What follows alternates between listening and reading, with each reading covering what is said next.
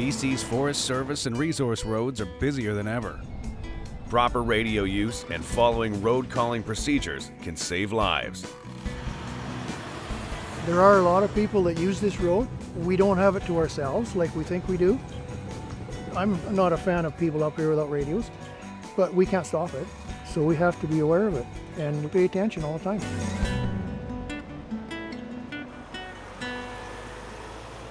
In an effort to keep everyone safe on these roads, mobile radio use has been standardized with signage, calling protocols, and a dedicated bank of resource road radio channels.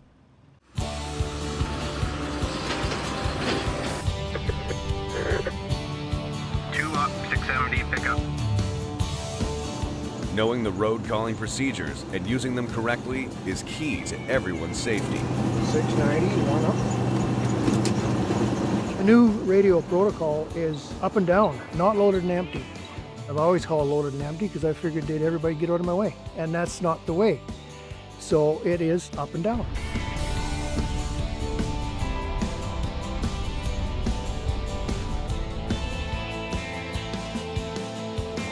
155, 14, down.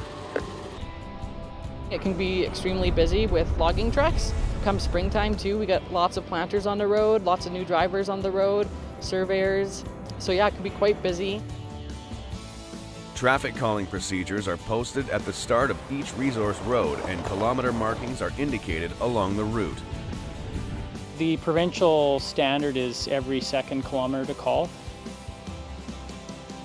And additional to that, there's must calls. So at the pinch points on the road or blind corners, there's a must call sign. So you would weave that into your calling procedure. 676 up.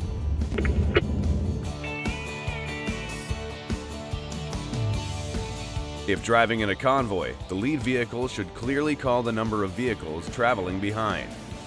Sakanka, 4 kilometers, up for 7. It is important that drivers are using pre-programmed radios and calling on the correct channel, and calling every time they pull over or re-enter a road. Off the 690, onto the 670, down 14.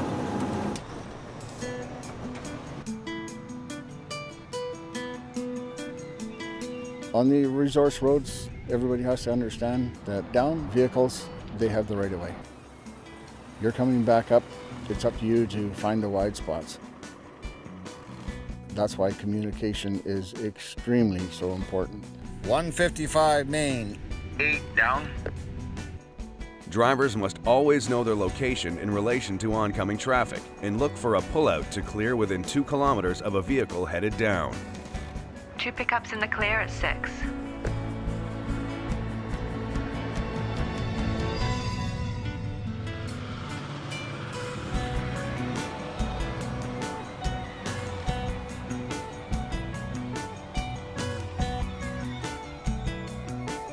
Listening is a really critical part to being a resource road user.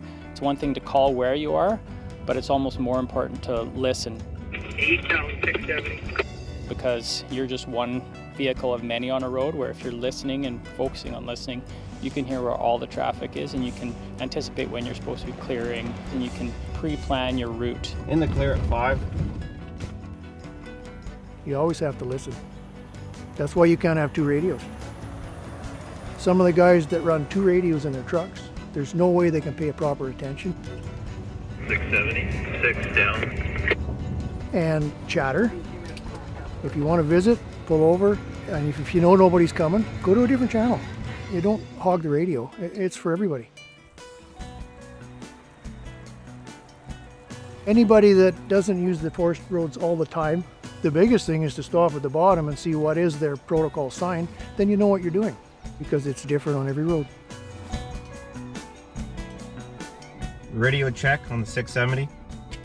Yeah, you bet. 670, 0 up, pick up. Most of these roads are radio assisted, not radio controlled. Drivers should expect there will be public traffic without radios. Use the radio as a tool, but expect the unexpected and always follow basic traffic and safety guidelines.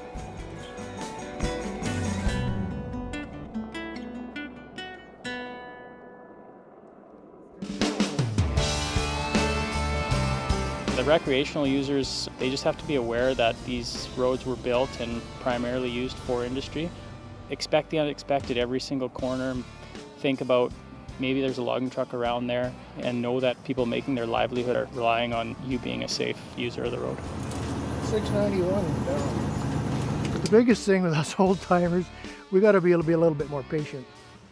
The older guys become complacent because they've done it for so long, it's so repetitious, but everybody's got to play by the rules. You miss a couple of calls, that could kill you. So you have to pay attention all the time. You have to treat these roads as a public resource, which is what they are, and expect people are going to be out there without radios. If you have a radio, you need to know how to use it appropriately within the area that you're in.